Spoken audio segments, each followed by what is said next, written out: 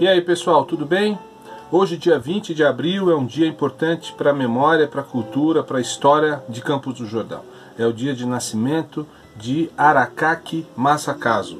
Aracaki Masakazu, que é um escritor maravilhoso, advogado, um historiador, notável administrador do Palácio Boa Vista, né, o nosso palácio do governo. Durante muitos anos o Aracaki foi o administrador do acervo do palácio, organizador de exposições.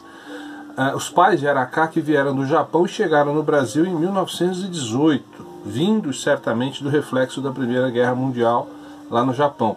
Se estabeleceram primeiro no Vale do Ribeira, mais precisamente em Itariri, onde o Aracaki nasceu, o nosso Ciro, né, como era chamado, onde o Aracaki Masakazu nasceu em 1925.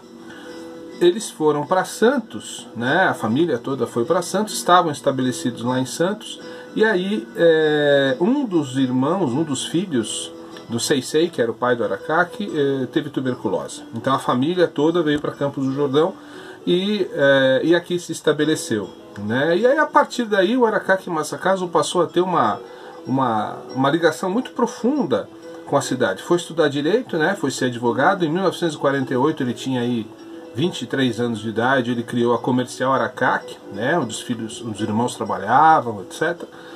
E ao longo dos anos Aracaki foi se envolvendo com a política local, né? Aracaki foi vice-prefeito de José Antônio Padovano no final dos anos 50.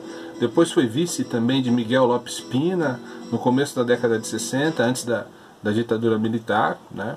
Então ele foi vice-prefeito 2 vezes, foi vereador, foi prefeito interino várias vezes aqui da cidade. Tanto que em 75 o governador Paulo Egídio Martins quis indicar o Aracaki para ser prefeito. E o Aracaki então aceitou em razão do trabalho que ele já realizava lá no Palácio Boa Vista já desde 1969.